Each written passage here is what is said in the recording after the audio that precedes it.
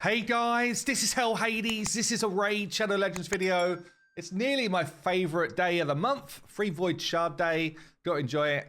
Look, today I want to try out something I've been meaning to look at for a while. So I want to try utilizing a couple of champs in my team, specifically for Hydra, but it can be done anywhere in the game with feral gear.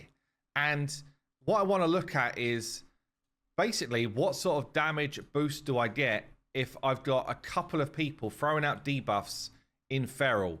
And I think it could be quite juicy. So I was starting to look through. I was like, how the hell do I find like the best candidates for feral gear on my account? Bearing in mind, there's not really a good sort, and I need 9 pieces. Okay, I need 9 pieces to make this work. The reason why I want 9 pieces is the thing that excites me most is this extra damage per debuff placed by the wearer element. Pretty much up until 6 piece, it's like I am a PvP set. Yeah, I get block debuffs when I start the round. Basically, 50% chance to prevent the placement of sheep. So I'm not going to be sheeped when I'm doing my stuff. So up until 6 piece, it's basically like I am a PvP set. Or I guess even 4 piece is good for like a lot of boss encounters, because it's at the start of a round. So as soon as you enter that boss, chances are you're going to go before the boss, use up one of those turns. But yeah, ultimately, you're going to avoid the first set of debuffs from bosses, which is quite cool as well. But ultimately, 6 piece PvP. But I feel like 9 piece, still PvP, but honestly, PvE is like through the roof, especially Hydra. So the way I thought I would do this is utilize the optimizer. I was like, how do I find where I could potentially use it? And it's very slow and awkward to do it in game. But I was looking around here and I could be like, right, show me in artifacts, highlighted feral set. And then I'm like, okay, show me just my rings, amulets, and banners. And then show me Bannerlords. Right, Bannerlords is a no. High Elves is a no. Sacred Order, 2 of the 3 is still a no. Barbs, no. Ogden Tribes, no. Lizardman, no. Skinwalker, Amulet, Banner, Ring. We've got 1 contender so far. Skinwalkers. Okay. Skinwalkers is 1. Orcs, no. If I was doing this in game, by the way, it would take me so freaking long. It'd be insane. Dark Elves, somehow got no pieces. Night Revs, no. Dwarves, no. Shadowkin, no. Sylvan Watchers, Ring, Amulet, Banner. Okay, 2 places where I could make this work. So potentially I could do 2 full champions, 1 in Sylvan Watchers and 1 in Skinwalkers, and see if I can get the damage buffs kicking in twice. So how does it work? Basically, it's based on a target. I was talking this through with Saf. Like, what's the actual math of this? On the target you're going to hit, how many individual debuffs are on that target that have been placed by people wearing feral? Okay, so I was like, what? Because at first I was thinking, what if there's 4 debuffs everywhere? Am I getting like a insane amount of percentage increase? It's not that. It's the target you're going to hit. How many debuffs are on that specific target? So I'm looking at, let's just sort this by faction. So I'm looking firstly at Skinwalkers. Skinwalkers. Okay.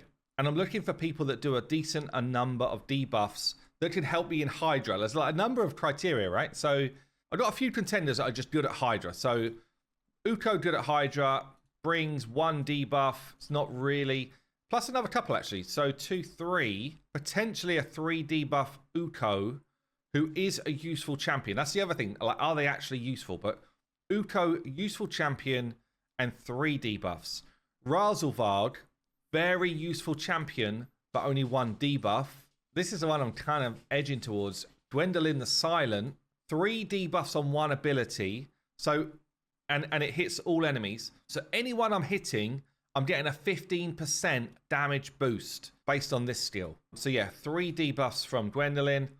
This is another very interesting one, right? So Gnishak, it's a shame that so many heads are immune to poison, because Gnishak would be so damn broken. He might be broken anyway, because the bombs turn into 2 poisons. Potentially, I go double bomb, 10% damage boost into decrease attack 15%. The bombs turn into 4 poisons on certain heads. 4 poisons alone is 20% damage boost, plus the decrease attack 25. Gnishak could be busted. It could be absolutely broken in this setup. So it's very interesting. It's just such a shame that poisons do not work everywhere. So I've either got the consistent Gwendolyn, pretty consistent Uko. Gwendolyn's debuffs are good. Uko's are probably better, honestly. Block buffs and decrease attack. But I'm thinking Gnishak could just be my damage dealer, and he's also boosting damage of others. So Gnishak, I think, is a fun one to try. Sylvan Watchers for debuffs. I mean, I've just got like the prime target here, Eostrid. 2 debuffs on the A2. She's extremely good. And also I need to make sure I'm not duplicating the debuffs, I guess. Actually, it's only 2 though. I thought she had 3. 2 debuffs, but probably my best shout, because decrease speed and weaken, both really solid.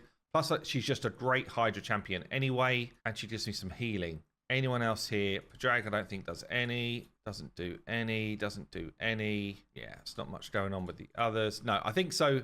So I think it would be Eostrid, bringing drop speed and weaken, and then it's either alongside a damage dealing Gnishak or this one, but I'm doubling up on one of the debuffs, so that kind of rules her out, which means that it would probably be Uko. So it's either Uko or Gnishak, and I'm keen to try the Gnishak, honestly. I think it's going to be a lot of fun. Okay, I'm going to aim this at hard Hydra. So I've already got some teams for higher encounters, and all I'm doing here, I'm just going to the website, Raid Shadow Legends, hovering over, coming to the Raid Stages tool. If you do not understand what this tool does, you should find it and use it. It's so good. So I'm literally going in, I'm saying Hydra, doesn't matter what rotation, I just want to get a sense of the numbers I need. And I'm coming in and I'm like, right, how much accuracy do I need to land my debuffs? Which means I look at the resistance of the enemies on hard. They're actually super low, really low. And the most I need is to get debuffs on Head of Suffering is 215 accuracy. So I'm actually fine. Like, for me, that accuracy number is very low. For someone who's like newer into the game, it might feel like it's higher, but honestly, you get accuracy quite easily nowadays in the game. So yeah, so it's almost like a non-concern for me, but at least I've got a number to work towards. So I can go into my champions here, just reset everything, grab myself first Gnishak, see what sort of build I can actually do here. It's the first champion I'm going to be building fully in feral gear, as far as I'm aware, like meaningfully. So we're going to go into optimize damage build for him. We're going to, I will include gear unlocked actually, because I did see there I've got some gear on my Nia that I'm going to want to steal at some point. Do I care about this stuff? Not really. So my stats for my Hydra teams, I like to be pretty damn quick, 250 speed. That might change, honestly. The meta might swing now that heads that respawn, you can't do damage to them. Like, decreased speed and increased speed was part of the meta for a long time, and fast champions, but I'm wondering if damage dealers might end up coming down a bit in terms of speed. I could even drop it to like 230 odd and push for a bit more damage. Interesting thing with bomb champions is they do their damage. The bomb's actual damage number is focused around their attack. So normally when you go for damage, you have a good mix of attack and crit damage. Gnishak hits hard as well, by the way, so he's maybe a bit of an exception. But if I just want bomb damage, I go high attack, which does mean that Eostrid is even better as a companion here, because Eostrid does give me my increased attack as well. So my minimum accuracy would be like 200 odd, but I'm going to hit that very easily anyway because of feral gear. So I'm not even going to put a number in for that. And I'm just going to, firstly, I'm just going to push for, just wondering here, I could tell it, give me attack percent gloves and attack percent chest. Definitely I want attack ascension on my chest. It will know to give me best damage for that sort of stuff. It just won't know to give me best damage for bombs. So anything else I want to do there? Not really. Sets, we're just going to add the feral set in and give it a 9 count, which is really important here to get that extra damage. Glyphs, we're going to say I can give an extra few percent attack. I think that's all I need to do. So you can see here my capability of building damage in feral set is extremely low, which is, oh, that's a shame actually. So that's making me wonder whether I'm better off just building Uko, because this is a pretty scummy build. It's very low. It's because like, I don't have, I guess if I go into my artifacts, I don't have a lot yet in feral. And generally I've been keeping pieces which roll good accuracy and stuff like that. So, and obviously a lot of people watching this, you probably don't have much yet. It's one of those sets which will, over time, you'll have more opportunity to use it. So I do have this piece here. Is it grabbing that? Yeah, it is grabbing that. Accuracy down here. Yeah, you can see I've got pretty weak pieces. I wonder if I just change that a second. Configure for balanced. And then just say, give me as much attack as you can. So now I'm focused more on the bomb element rather than the like hitting hard. It doesn't give me a lot more. Oh man, it does suck a bit. The main reason I'm not hitting my damage is my gloves. But we're still going to try the test. We're still going to try it. So 5.1k attack, 237 speed. I'm still going to get my debuffs away at a decent rate. Obviously, he's going to have increased attack on him as well, but it is pretty weak. Okay, we're going to try it. So whilst the optimizer is running, I can press equip in game, and we'll see here they're there. It's happening. And actually, I do have some bonuses for Hydra. Not a lot, but I do have some. So for Hydra, you can see it's actually 247 speed, 4.5k attack. That's because I've not done all of my enhancements yet. So in the optimizer, I've told it to assume that I'm going to roll this into attack. I actually don't know that I can do that, but that's what I had as my setting. I've got no dust right now. Attack percent. Attack percent. Oh man, flat defense. But I can glyph some stuff up. Worth just giving him. I'd say anytime you do one of these big rebuilds, it's worth giving your champs. If you've got a decent number of glyphs, like let's say here, I've got an obscene number of 4-star glyphs. Like I will basically keep using these until I hit 3% minimum because I've got so many of them. As you, and you should tailor that to yourself. So if you've got 50 and that's a high number for you, then I would advise you do the same. If you've got a lower count of something, then obviously don't do it. But use glyphs. Like so many people hoard, and then they're wondering why they can't do the sort of damage output they want to do. Well, it's probably because you're not using your glyphs. Okay, I'm going to get through this build, and then I'll do my Eostrid one. Okay, the rat is built. I changed his blessing to Nature's Wrath, even though I've only got a 1-star, so it's not going to do too much. His masteries I've left the same, so we're gaining turn meter when debuffs are dropping off. I've got Giant Slayer as his main mastery, but he's basically built as a Hydra bot. In the end, with Hydra, stuff going on, 242 speed, I crit capped him, as I found another piece that I liked. I've got 5k attack, bit of crit damage, and plenty of accuracy. So he's more about landing his abilities than he is about physically hitting hard. I definitely would have preferred like alternatives, you know, and this is the trouble with a set like Feral, where at the moment I've got very little pieces for it.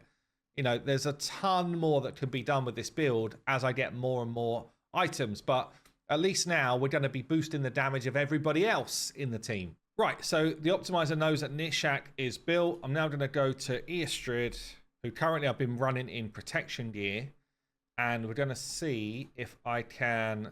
Yeah, we're going to go balance. She doesn't need to do damage. I'm going to make sure that we grab items from locked, but not tier 4, because I don't want to grab any of Gnishak's.